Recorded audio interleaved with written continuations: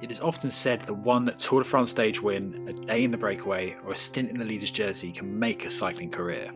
However, this statement is made a mockery by legends of the sport who have dominated the race year after year and racking up multiple stage wins over the elite cyclists of their generation.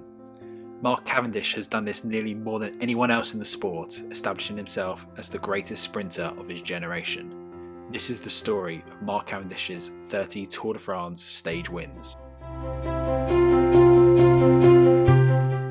Cavendish made his debut at the Tour on home soil in 2007 at the London Grand Depart, although it wouldn't last long after a DNF on stage 8.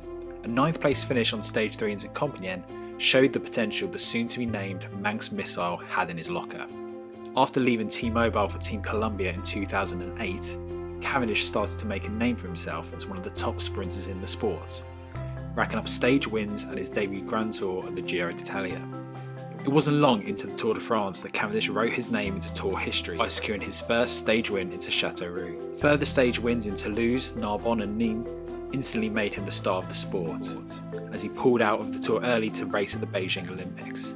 These games weren't to go to plan though, as Cavendish returned home as the only British track cyclist not to win a medal.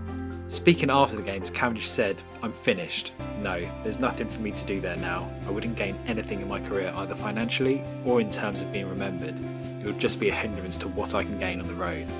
The biggest regret of my career is quitting the Tour de France. I feel massively let down. I'm still bitter now. To leave the Tour de France to do that, you sit there, you're the last event on, every single member of the team has got a medal. The pressure's on you and boom, it goes. You don't get it. Even though I still think I was the best rider on the track, it's quite hard to accept really."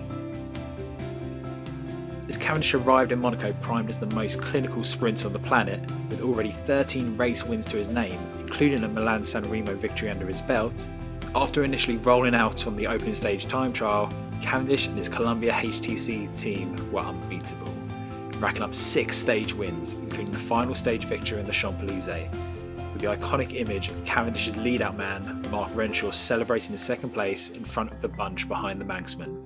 The following year brought a further 5 stage wins as his imperious form continued, but the elusive green jersey still remained out of reach, as Alessandro Petacchi's consistency over the race pipped him by 11 points.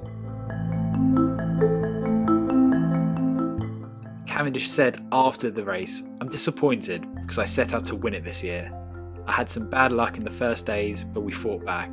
I've lost it by 11 points this time, but I've won 5 stages, so I've got to be happy." Despite it eluding him in previous years, the green jersey did arrive on Cavendish's shoulders in 2011, with a further 5 stage wins, including another victory in Paris, cementing his place in Tour history, with an incredible 20 stage wins in just 4 editions of the race.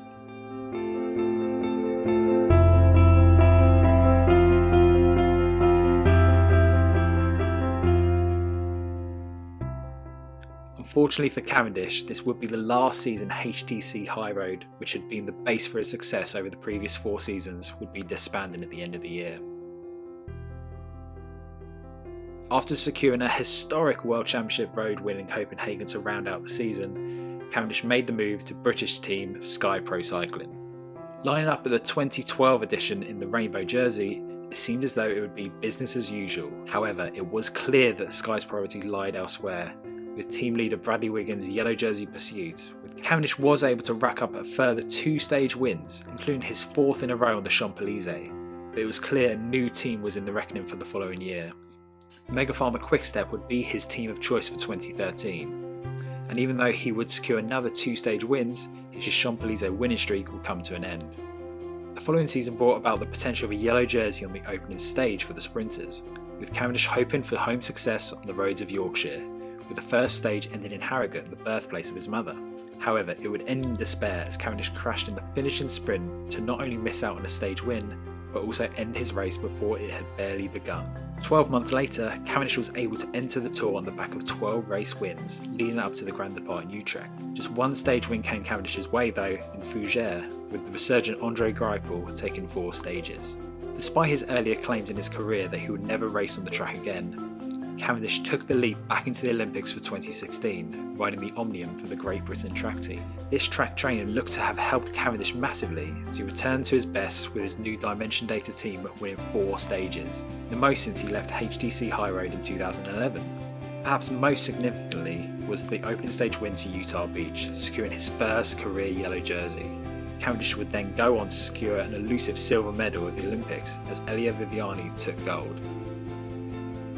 This collection of 4 stage wins would be the last of Cavendish's career to date.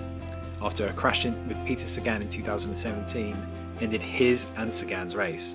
In 2018, Cavendish finished outside the time limit on the Stage 11 summit finish to La Rosière. This was later put down to a misdiagnosis of his Epstein-Barr virus, and emissions from the Dimension Data and Bahrain McLaren squads in 2019 and 2020 haven't seen him return to the Tour since. If Cavendish does return to the Tour with De Koning Quickstep in 2021, it would be a remarkable feat for the Brit, who has already cemented his name in the legends of the Tour. Thank you for watching Cycling Explained.